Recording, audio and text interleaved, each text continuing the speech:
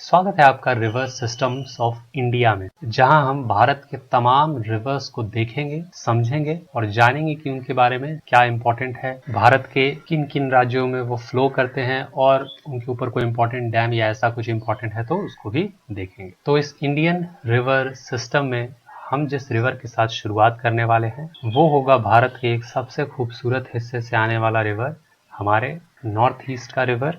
और उसमें सबसे पहले हम जानेंगे रिवर ब्रह्मपुत्र के बारे में। रिवर ब्रह्मपुत्र का अगर हम उद्गम का स्थान देखें यानी द एरिया ऑफ ओरिजिन, तो वो हो जाता है आज का तिब्बत, मॉडर्न डे तिब्बत। और मॉडर्न डे तिब्बत में भी ये कैलाश रेंज से इसका ओरिजिन होता है। कैलाश रेंज में ही 5300 मीटर की ऊंचाई से 5300 मीटर की ऊंचाई से इसका उद्भव होता है, इसका जन्म होता है। और ये आज के मॉडर्न डे तिब्बत से फ्लो करता है अंडर द नेम सांगपो।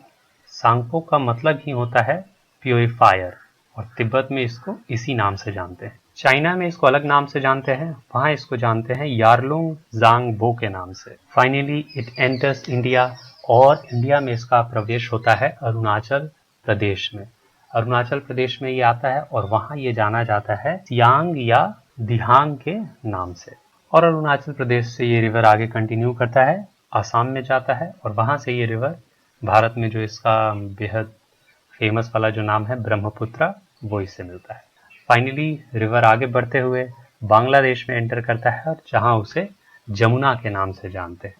तो उसके बाद finally river after completing it's journey through Bangladesh, Bangladesh में अपना सफर पूरा करने के बाद ये रिवर अपने अंत की ओर बढ़ते हुए बे ऑफ बंगाल में जाकर मिल जाता है। हम ट्रिब्यूटरीज ऑफ ब्रह्मपुत्र की अगर बात करें तो शुरुआत करते हैं हम लेफ्ट बैंक ट्रिब्यूटरीज से। तो सबसे पहला दिबांग या सिकांग इसका लेफ्ट बैंक ट्रिब्यूटरी में आ जाता है। उसके बाद आ जाता है लोहित, उसके बाद बूढ़ी दिहिंग, उसके बाद है धनसिरी, और उसके बाद सूमा, और उसके बाद कापिली।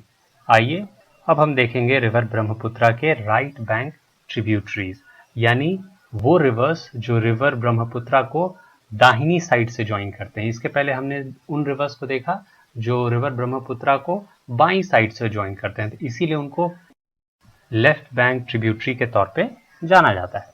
अब रिवर का जो राइट और लेफ्ट है वो कैसे पता चले?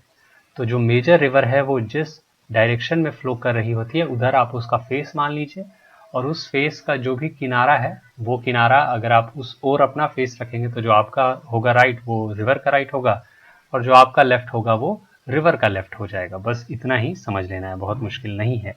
तो आइए इसी के साथ हम ब्रह्मपुत्र के राइट बैंक ट्रिब्यूटरीज को भी जान लें। तो मेजर राइट बैंक ट्रिब्यूटरीज में आ जाती हैं सुबनसिरी, मानस, तीस्ता, संकोश, कामेंग, रायदक और जलधका। तो ये सारी कुछ मेजर रिवर्स हैं जो कि ब्रह्मपुत्र के साथ राइट बैंक के थ्रू जुड़ती हैं, यानी उसके राइट साइड से उसको जुड़ती है। भारत में जो रिवर ब्रह्मपुत्र है वो बस 2 राज्यों से होकर गुजरता है। पहला जहां वो एंटर करता है अरुणाचल प्रदेश में, और दूसरा असम से। पर इसका जो ड्रेनेज बेसिन है, ड्रेनेज बेसिन का अर्थ हो जाता है कि उन राज्यों में भी जिन राज्यों से आने वाली रिवर्स हो गई वो या तो ब्रह्मपुत्र से अटैच हो जाती हैं, जुड़ जाती हैं उसके ट्रिब्यूटरी के तौर पे, या ब्रह्मपुत्र का कोई ना कोई डिस्ट्रीब्यूटरी है जो उन रिवर्स में जाता है। या मेनी टाइम्स जब ब्रह्मपुत्र में बहुत ज़्यादा बाढ़ आता है तो उसका कैचमेंट एरिया भी बढ़ जाता है। तो किसी तरह से रिवर ब्रह्मपुत्र अगर उस स्टेट से जुड़ी हुई है, किसी अन्य स्टेट से उसका किसी न किसी तरीके से लिंक है, तो वो सारे उसके ड्रेनेज बेसिन में काउंट किए जाते हैं। यहाँ हम गवर्नमेंट ऑफ आसाम का एक डेटा देखेंगे जो total drainage basin of Assam है वो अलग अलग स्टेट्स में कितना है ये वो डेटा बताता है। तो सबसे पहले आसाम का ही हम बात करें। आसाम में जो टोटल एरिया है ड्रेनेज एरिया रिवर ब्रह्मपुत्र का वो हो जाता है 70,634 स्क्वायर किलोमीटर। तो आसाम में 70,634 स्क्वायर किलोमीटर। पर सबसे पहले अरुणाचल में ब्रह्मपुत्र एंटर करता है, तो वहाँ इसका जो टोटल ड्रेनेज बेसिन है वो है 81,424 स्क्वायर किलोमीटर। तो ये एरिया में इनका ड्रेनेज बेसिन मतलब देखा जाता है कि कितने एरिया तक ये रिवर अपने इम्पैक्ट को छोड़ता है इन जगहों में। वहीं जब बंगाल की बात करें, वेस्ट बंगाल की, तो ये है 12,585 स्क्वायर किलोमीटर, मेघालय में 11,667 स्क्वायर किलोमीटर, नागालैंड में 10,803 स्क्वायर किलोमीटर और सिक्किम में 7,300 स्क्वायर किलोमीटर। तो ये ड्रेनेज बेसिन था ब्रह्मपुत्र का अलग अलग राज्यों में, और ये जो डेटा है ये डेटा अवेलेबल कराया गया है असम गवर्नमेंट के द्वारा। अगले भाग में हम देखेंगे रिवर ब्रह्मपुत्र के जो कुछ मेजर इंपॉर्टेंट ट्रिब्यूटरीज हैं उनके बारे में।